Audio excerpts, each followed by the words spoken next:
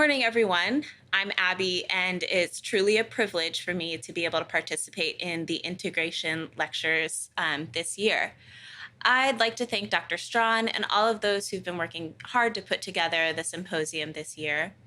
I would also like to thank Dr. Tan and Dr. Lee, whose lectures and response are especially relevant right now, as we clinicians are trying to navigate our ways through these unprecedented times alongside our clients by the grace of God.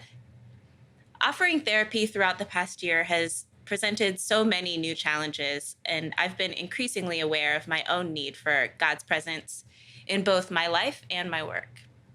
For better or for worse, we have all been in this together. It is good to remember that we've always been in this together. But in the therapy room, it feels very much like we're not only bearing the burdens that our clients carry, but also our own. And that's been heavy. As therapists, we usually try to guard against that feeling, stepping in and out of clients' stressors as we step in and out of the office. This ethical boundary can be such a grace to clients and to ourselves. I think that this distance can cultivate such a healing quality.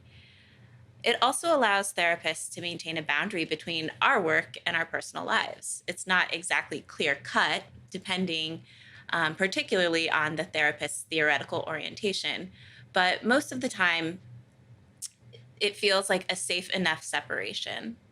However, I think the past year has presented many therapists with the same stressors that our clients bring into session, and that already fuzzy line has been blurred altogether.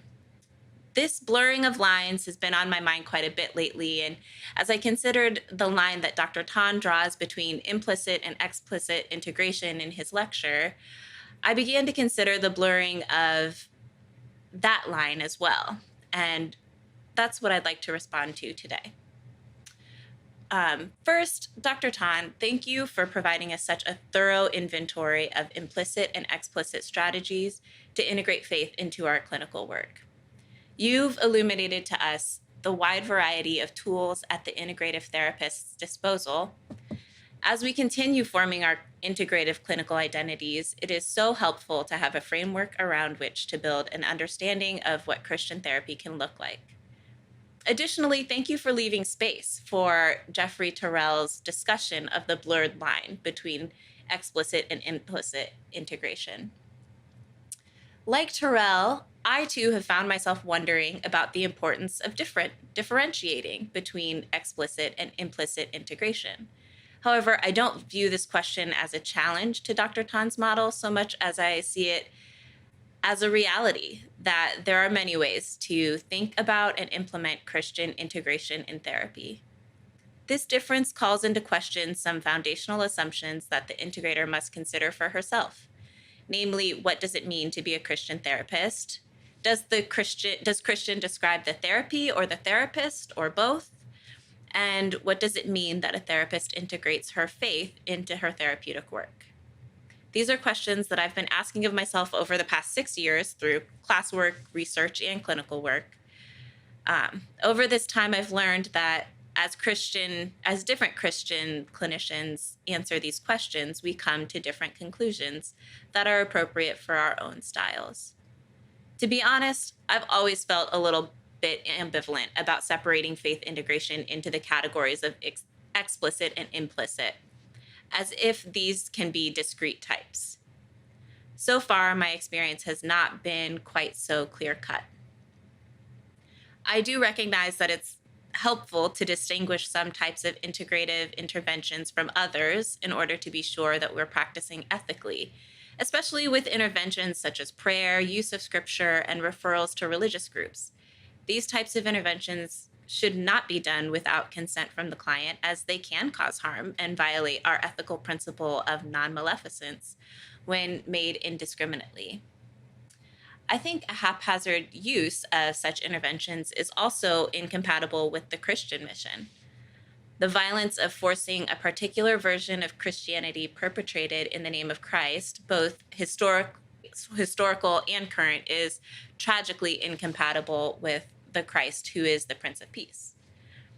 In that way, I think the implicit and explicit differentiation is a good opportunity for Christians to slow down and reflect on the appropriateness of our interventions, especially as they involve faith integration. However, like Jeffrey Terrell, I tend towards relational and psychodynamic models of therapy, and I suspect that because I'm coming from different therapeutic approaches than Dr. Tan, the implicit explicit model of integration does not lend itself quite as well. As Terrell points out, separating implicit and explicit integration makes more sense for a cognitive behavioral or CBT therapist because the difference between implicit or covert work and explicit or overt work in the room is assumed. For example, Terrell points out that the therapeutic alliance is regarded as important in CBT, but it is a vehicle to the work of identifying and changing thoughts, feelings, and behaviors. However, from a relational perspective, the therapeutic relationship is the work itself. It is not just groundwork, it is the outright explicit work. The relationship is both the intervention and the driver of interventions. For the relational therapist, there is not so clear a boundary between implicit and interventions. I regard integration in a similar way. The therapy that I practice is necessarily integrative because I am a person of faith, and my faith allows me to attend to issues of faith in therapy. My faith is not an identity that I'm able to step into and out of for the purposes of therapy.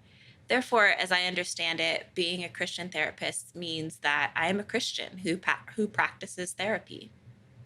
My practice of therapy is integrative not because of my interventions, but because I am a Christian. My point here is that for my work, integration depends more upon the integrator herself than it does on the interventions. My goal as an integrative therapist is for my work in therapy to facilitate the healing to which Christ draws each client.